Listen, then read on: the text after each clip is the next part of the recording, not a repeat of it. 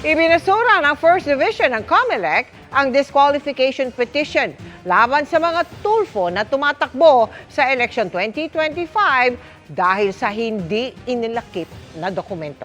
Sa petisyon, hinihiling na i-disqualify dahil sa umano'y pagiging political dynasty sina ACT-CIS Party List Representative Erwin Tulfo, ACT-CIS Representative Jocelyn Tulfo, Quezon City 2nd District Congressman Ralph Tulfo, Party List nominee Wanda Tulfo Teo at Senatorial candidate Ben Tulfo.